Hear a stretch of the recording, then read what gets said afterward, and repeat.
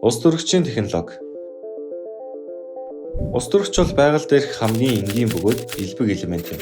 Химийн үйлчилсэн схемд ааш хэмээн тэмдэглэгддэг ус төрөгч нь зөвхөн нэг протон болон нэг электроны бүрэлдэхүүнтэй. Ус ургамал, агаар гээд олон зүйлд өргөн тархсан хэдий ч байгаль дээр хизээч дангаараа оршдоггүй тул ус эсвэл метанаас гаран авах шаардлагатай болдог байна. Ус төрөгчийг дараах аргаар гаргаж авдаг. Байгалийн хийнээс ус төрөгч гаргаж авах арга буюу уурын метаны уруу. Хатуу төрж буюу нүүрснээс ус төрөгч гаргаж авах арга болох нүүрс хийжүүлэлт.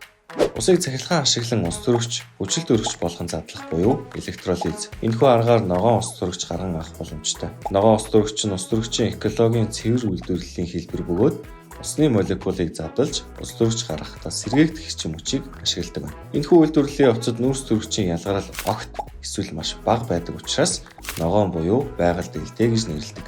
Ургамал амьтдаас гаралтай нөхөн сэргээгдэх органик материалыг хийжүүлэх замаар ус төрөгч гаргаж авах буюу биомасс. Ус төрөгчийн энергийн нэгтрэл маш өндөр.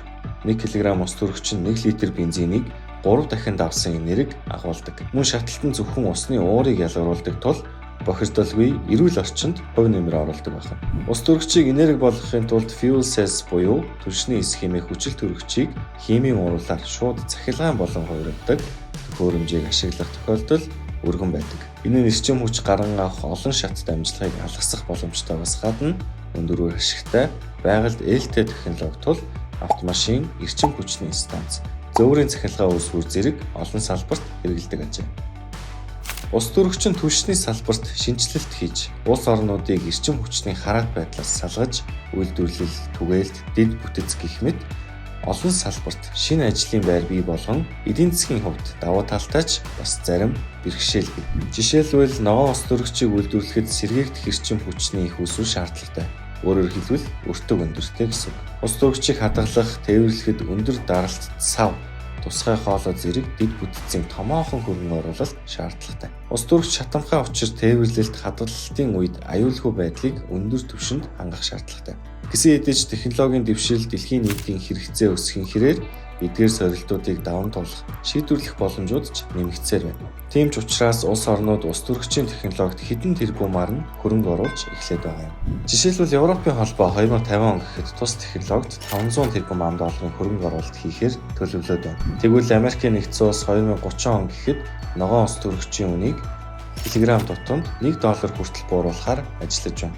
Герман улсад ус төрөгчөөр ажилладаг галт тэрэг үйлчилгээнд нэвтэрсэн бол Францын Airbus компани ус төрөгчийн нисэх онгоцыг хөгжүүлж байна.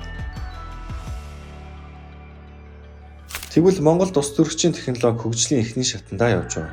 Нарс, салхи зэрэг сэргээгдэх эрчим хүчний өндөр нөөц нь Монголыг ногоон ус төрөгч үйлдвэрлэх төгс бүс нутаг болгож чадна. Мөн нүүрсний аргийн их нөөцтэй тул үүнийг ашиглан ус төрөгч гаран авах боломж нээлттэй. Үүн дээр Монголын тэргүүлэх компаниуд аль хэдийн алхам хийж эхэлсний нэг жишээ нь МАК компани ус төрөгчийн үйлдвэрлэл ба дагалдах бүтээгдэхүүний боловсруулалт төслийн туршилтын үйлдвэрлэлийн урьдчилсан тэмцээг Япон улсын Unico International компанитай хамтран боловсруулсан явдал юм. Түүнчлэн уг төслийн наривчилсан тэмцээг бүгд найрамдах Хятад ард улсын SITEC компаниар гүйцэтгүүлэхээр хамтран ажиллах гэрээ байгуулад байгаа юм. Үр дүнд нь Монгол улс дагалдах бүтээгдэхүүн буюу метанолыг боловсруулан ашиглаж агаарын бохирдолтой тэмцэх бодит харгалгаатай болох ус төрөгчийг экспортлж эдийн засгад хэлэх боломжтой юм. Ус төрөгчийн технологи, эрчим хүч дэлхийд давмгайлснаар дэлхийн нүүрс хүчлийнхийн ялгарал огцон буурч цаг уурын өөрчлөлтөд тэмцэхэд жинтэй хувь нэмэр оруулна. Аж үйлдвэрүүд цэвэр технологид шилжснээр эдийн засгийн өсөлт эрчимжих хандлагатай байгаа бөгөөд үр дүнд нь газрын тосны хараат байдал буурч эрчим хүчний салбар дахь геополитикийн зөрчил багасах бодит боломж бидний юм байна.